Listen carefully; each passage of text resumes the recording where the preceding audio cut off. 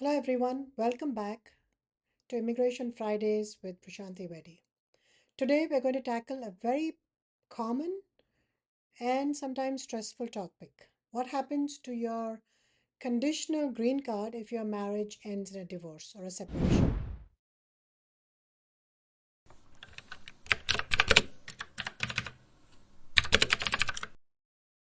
So don't worry, your divorce doesn't automatically mean that you lose your status. The law does provide for a path forward, and it's called I-751 Waiver Petition, and that's what we're going to be talking about today. First, let's talk about what a conditional green card is. A conditional green card is basically a green card that you get if you file your petition through marriage to a US citizen. You first get a conditional green card, and then you have to make it a permanent green card after 2 years by saying that you're or showing that you continue to be married to your US citizen spouse, and you file for a permanent green card using the Form I-751. This is generally a joint filing.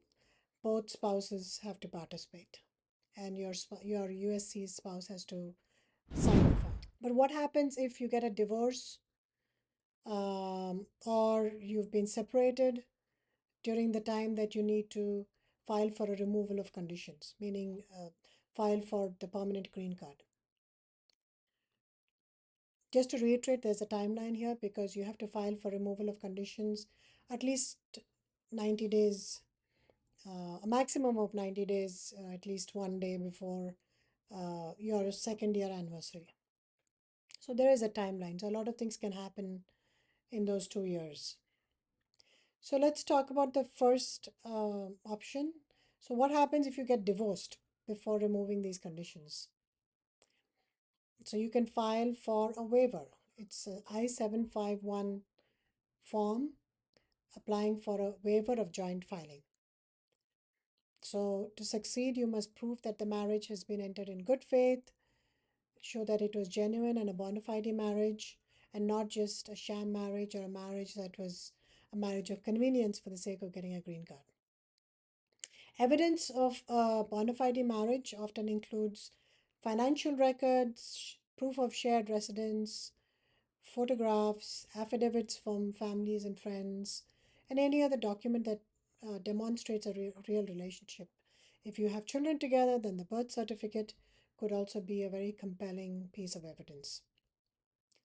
There are different waiver categories joined, and these include cases of divorce, abuse of spouse, or extreme hardship. So let's get into the different waiver categories.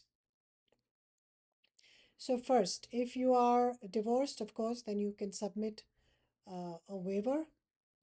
Submitting your divorce decree, then you have to show that you had a bona fide marriage when it existed. So we've already discussed about some documents that you can submit to show bona fide marriage. If there is an abuse of spouse, so extreme cruelty, abuse is another reason how you could get a waiver. Even if there's no divorce, you can still get a waiver in this case. Extreme hardship. In extreme hardship, you have to show that there's a hardship to you if you get sent back to your country. So, for example, if you belong to a country where there's instability or you might, your life is at risk by going back, then that is extreme hardship.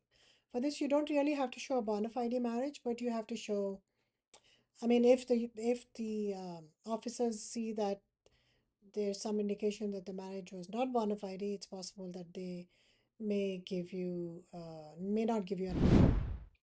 Let's now go into a little bit into the filing process for the I-751 waiver. So the core for your I-751 waiver petition is evidence of good faith marriage in most instances.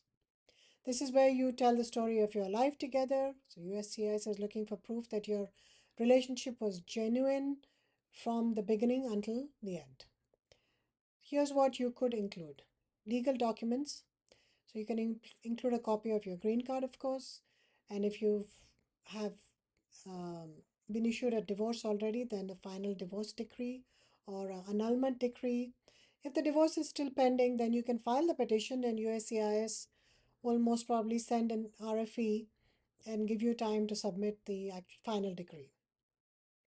Then, as I said, documentation to show bona fide marriage, so evidence of a shared life. That could be financial records, that is joint bank statements, joint tax returns, credit card accounts, which are joint health insurance policies, life insurance policies, etc.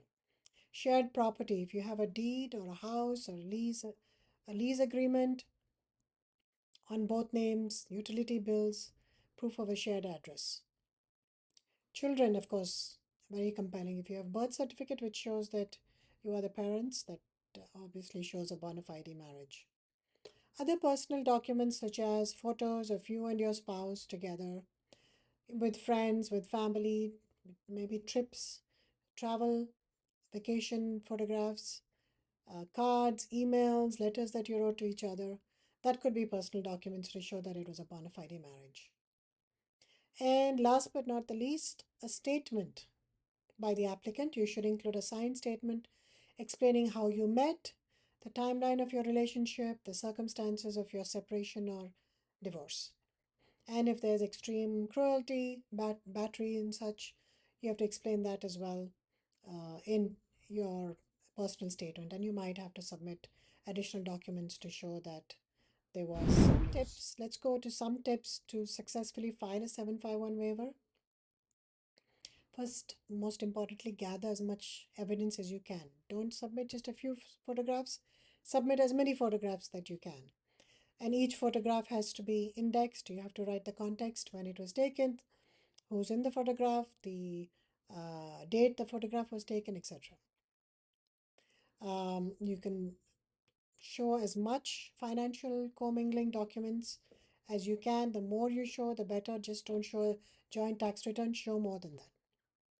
Organize your documents well, tab them, label them. This is so that the USCIS officer doesn't miss any documents. Be straightforward, consistent, honest in your responses. Consistency is the key, so don't make sure there are no inconsistencies in your application. And of course, take legal advice, especially if the stakes are high and sometimes these cases can get complicated. An experienced immigration attorney can help you determine the best course of action, organize your evidence, and prepare you for an interview. And with that, we've come to the end of Immigration Fridays. If you know someone that is dealing with a divorce during a conditional green card period, don't hesitate to seek legal advice early. Thanks for watching Immigration Fridays. Please like, subscribe, hit the bell icon for more US immigration insights every week. Drop your questions in the comments below, and I'll see you again next Friday.